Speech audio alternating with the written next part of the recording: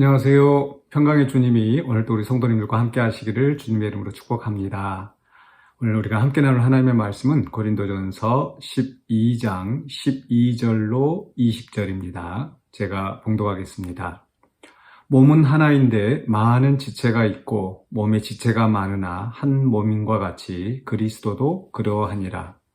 우리가 유대인이나 헬라인이나 종이나 자유인이나 다 한 성령으로 세례를 받아 한 몸이 되었고 또 다 한 성령을 마시게 하셨느니라. 몸은 한 지체뿐만 아니요 여럿이니 만일 발이 이르되 나는 손이 아니니 몸에 붙지 아니하였다 할지라도 이로써 몸에 붙지 아니한 것이 아니요 또 귀가 이르되 나는 눈이 아니니 몸에 붙지 아니하였다 할지라도 이로써 몸에 붙지 아니한 것이 아니니 만일 온 몸이 눈이면 듣는 곳은 어디며 온 몸이 듣는 곳이면 냄새 맡는 곳은 어디냐. 그러나 이제 하나님이 그 원하시는 대로 지체를 각각 몸에 두셨으니 만일 다 한 지체뿐이면 몸은 어디냐. 이제 지체는 많으나 몸은 하나라. 아멘. 네, 성도의 연합이라는 말씀의 제목으로 오늘 본문을 함께 살펴보려고 합니다. 참 교회 안에는 다양한 사람들이 있습니다. 네, 대개 어떤 모임들을 보면은 비슷한 사람들, 어떤 동호회, 취미가 같다든지 또는 어떤 동문, 어떤 학교에 같은 시기에 또 같은 학교에 공부한 사람이랄지 이런 사람들이 모입니다. 그런데 교회는 그런 제한이 없습니다. 여러 종류의 사람들이 모입니다. 많이 배운 사람도 있고 그렇지 않은 사람도 있고 부유한 사람도 있고 또 가난한 사람도 있고 건강한 사람 또 약한 사람 나이 든 사람 또 젊은 사람 이렇게 구분이 없이 다 함께 합니다. 그러다 보니까 그 안에 이제 성격도 다양하죠. 급한 사람도 있고 또 천천히 안전하고 신중하게 또 추진력 있게 가는 사람이 있고 그런데 사실 이 모든 게 다 은사이고 하나님 주신 성품이다. 우리가 그렇게 이렇게 이해해야 되겠죠. 어제 그 말씀 속에서는 우리가 그 다양성 우리가 하나님께서 한 성령으로 이 다양한 은사를 주셨다라는 거. 그래서 자연 속에서 여러 가지 이 꽃들이나 나무들이 또 동물들이 이 여러 다양한 종류들을 하나님께서 이 땅에 창조하셨고 그래서 그것들이 다 어우러져서 또 다양하기 때문에 오히려 더 아름답게 또 이 세상을 이루어가는 그런 이야기를 했었죠. 그런데 거기에서 이제 한 걸음 더 나아가서 그런 다양성 자체만 인정하는 게 아니라 여기에서 그 다양한 이 성도들의 이 구성이 사실 하나의 몸이라는 거, 즉 연합, 어떤 결속된 공동체라는 것을 인식하는 게 중요합니다. 각각 다르다고 해서 너 따로 나 따로 있는 게 아니라 하나의 몸으로 우리는 묶여져 있다는 거죠. 바로 그리스도의 한 몸된 우리 연합된 지체들이라는 겁니다. 그것을 이제 바울은 12절에서 27절까지 이 교회를 그리스도의 몸이라 또 그 각 성도들은 지체라 이야기를 합니다.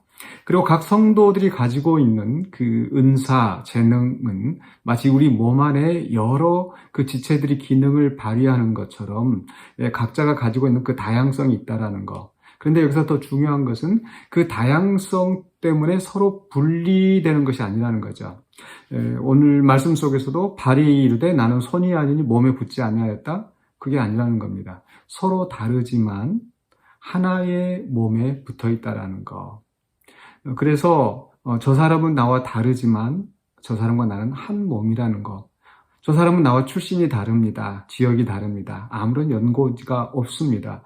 그럼에도 불구하고 우리가 하나의 공동체 안에서 또 더 나아가서 이 교회라고 하는 우리 단지 지교회뿐만 아니라 교회라고 하는 큰 이 공동체 안에서 우리는 하나라는 그 인식이 굉장히 중요합니다.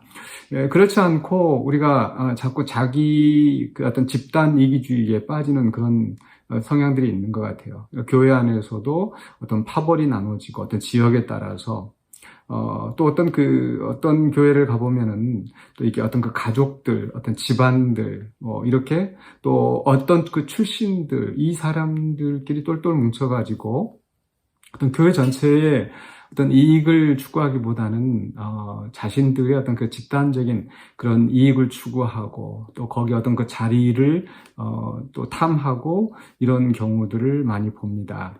그래서는 안 된다는 거. 우리는 한 몸입니다. 하나의 여러 지체들이 그리스도 안에서 함께 어우러지고 각자의 그 기능을 발휘하면서 온 몸을 건강하게 만드는 거죠.